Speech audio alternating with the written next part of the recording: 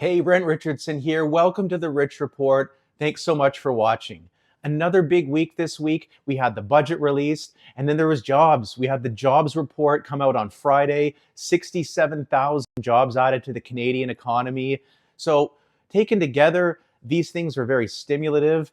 They pushed up bond yields. All right, bond yields are higher now, and this is adding pressure to fixed mortgage rates, upward pressure to fixed mortgage rates. So we're going to unpack these things on today's video, starting with the jobs market, starting with the jobs release that came out on Friday. 67,000 new jobs. Unemployment fell from 7.1 down to 6.9%, under that big 7% number. And overall, it took the markets by surprise. It shocked the markets. It shocked economists. It shocked the Bank of Canada that there was this strength in the employment market and the jobs market in Canada.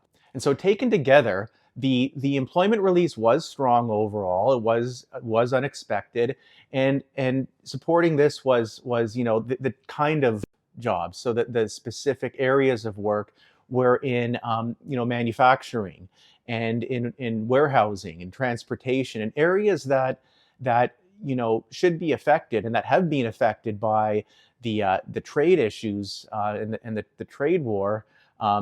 These are seeing some stability and even some strength. These areas, there was a lot of wholesale employment added too. This could be seen as hiring for the holiday season and ramping up, but nevertheless, strength overall. The hourly wage also went up, so the amount of money that employees are earning is going up.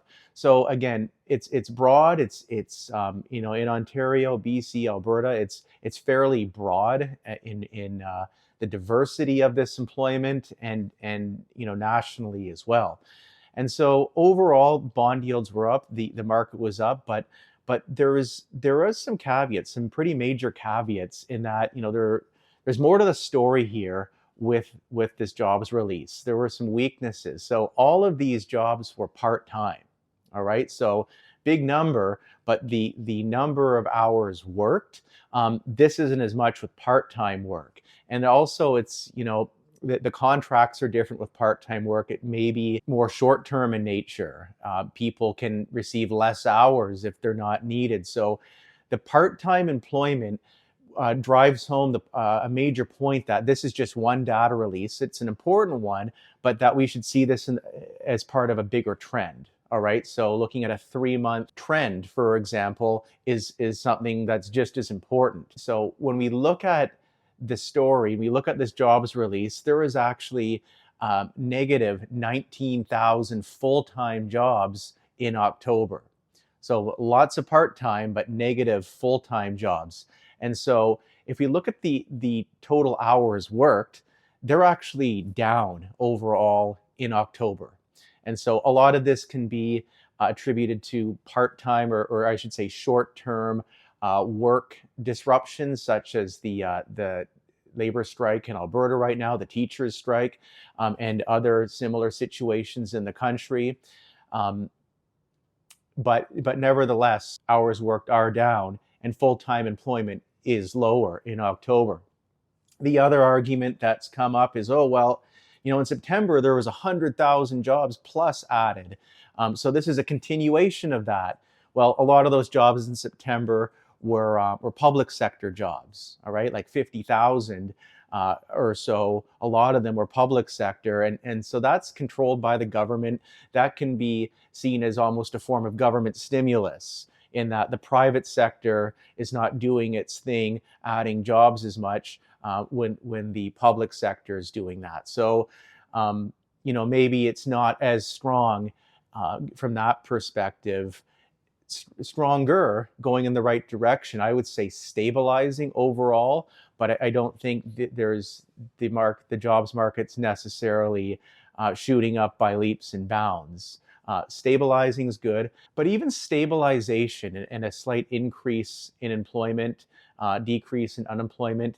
I mean, the market wasn't expecting this. And I think this is the main point here, that we saw bond yields go up. The bond yields are a collective of all the data, all the known information. And when bond yields increase, this puts pressure on fixed mortgage rates. So there's more likelihood to be inflation, for example, when the employment is better. If they're expecting lower employment and they cut rates based on this, there's going to be softness. We got to get ahead and stimulate the economy ahead of the softness, and then there's more jobs. Well, that's a kind of an argument that there could be more inflation. And so the way the bond markets react to this is that the bonds increase. It wasn't a huge spike, but we're starting to see a trend where the bond yields are increasing. This is putting pressure on fixed mortgage rates. So we're not expecting the variable rate to increase anytime soon, not at least for the next year. But certainly variable won't be going down based on this data. This reinforces a pause for December for the Bank of Canada. But the longer term inflation outlook is notched up by this kind of a release. And so we saw the bond yields go up to a point where the last time bond yields were at this level, a few months ago, fixed mortgage rates were 0.1, 0.15 higher.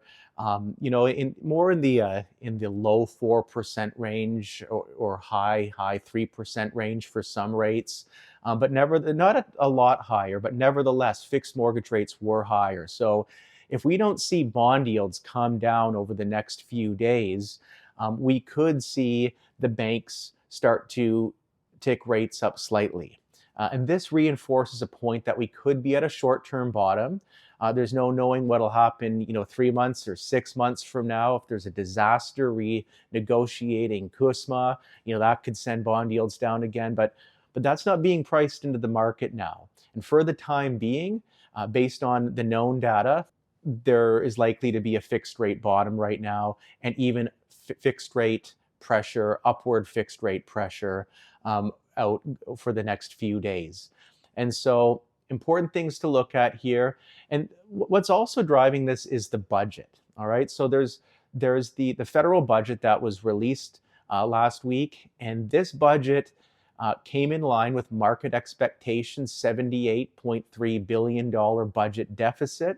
All right. So it wasn't the high end of 90 or 100 billion, but it's still a pretty big budget deficit nonetheless. It's actually a record budget deficit if we exclude the COVID emergency deficit that happened during COVID. This is an all-time record high budget deficit. And so we're going to look at both the positives and the negatives, and what do you think overall about this budget?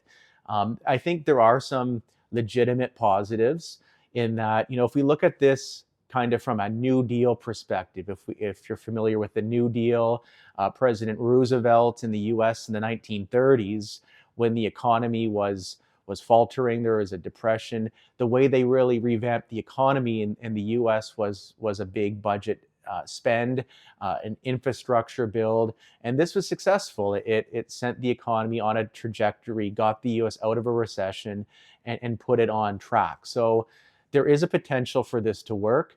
I also like the retraining aspect. Sometimes the market can use a boost to help retrain certain employees from areas of the economy that aren't doing so well, probably as a result of the trade war, and into areas of the economy that there are better jobs and there is more potential. So I see that as something that can be helpful.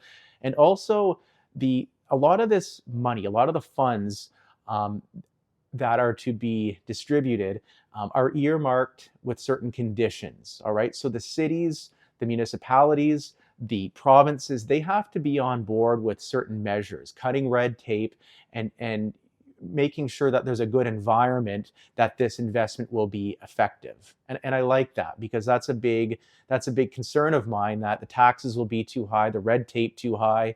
You just give out this money and there's not going to be a chance of anything happening. So by having certain conditions tied to receiving the funds on a local level, that creates an environment to attract investment and for the economy to grow, I think this is a positive thing for the budget.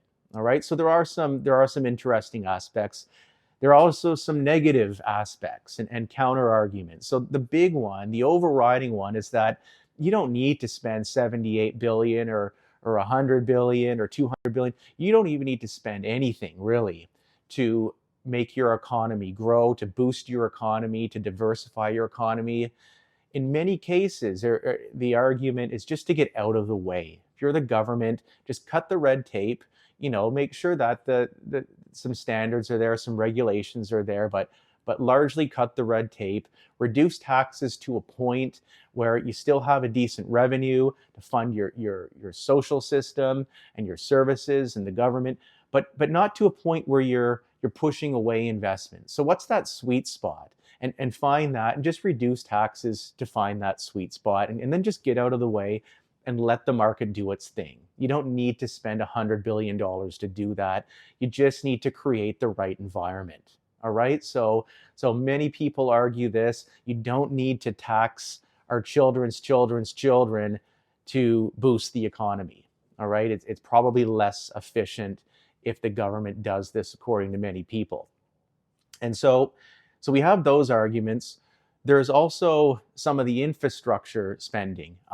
For example, there's a lot of social housing that's being funded under this. The Canadian mortgage bond, the Canada mortgage bond, there's tons of money for low cost rental and not a ton of projects, much if any, for ownership, which is what a lot of Canadians are asking for, first time buyers, ownership, and not like a mobile home, not like a yurt, but a real home with a picket fence, a front yard, and a backyard.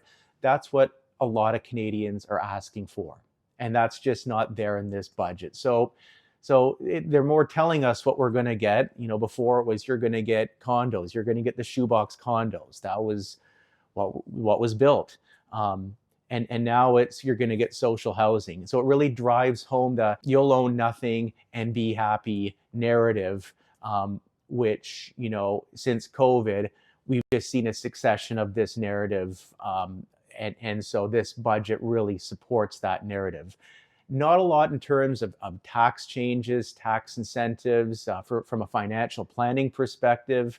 I mean, again, not a lot of change there. If you own a trust, there are some things you'll want to look into. There used to be some loopholes regarding trusts and specifically the 21-year rule. There were some exceptions and loopholes there potentially, but those loopholes are being closed in this budget. So again, if you have a trust, there can be some changes.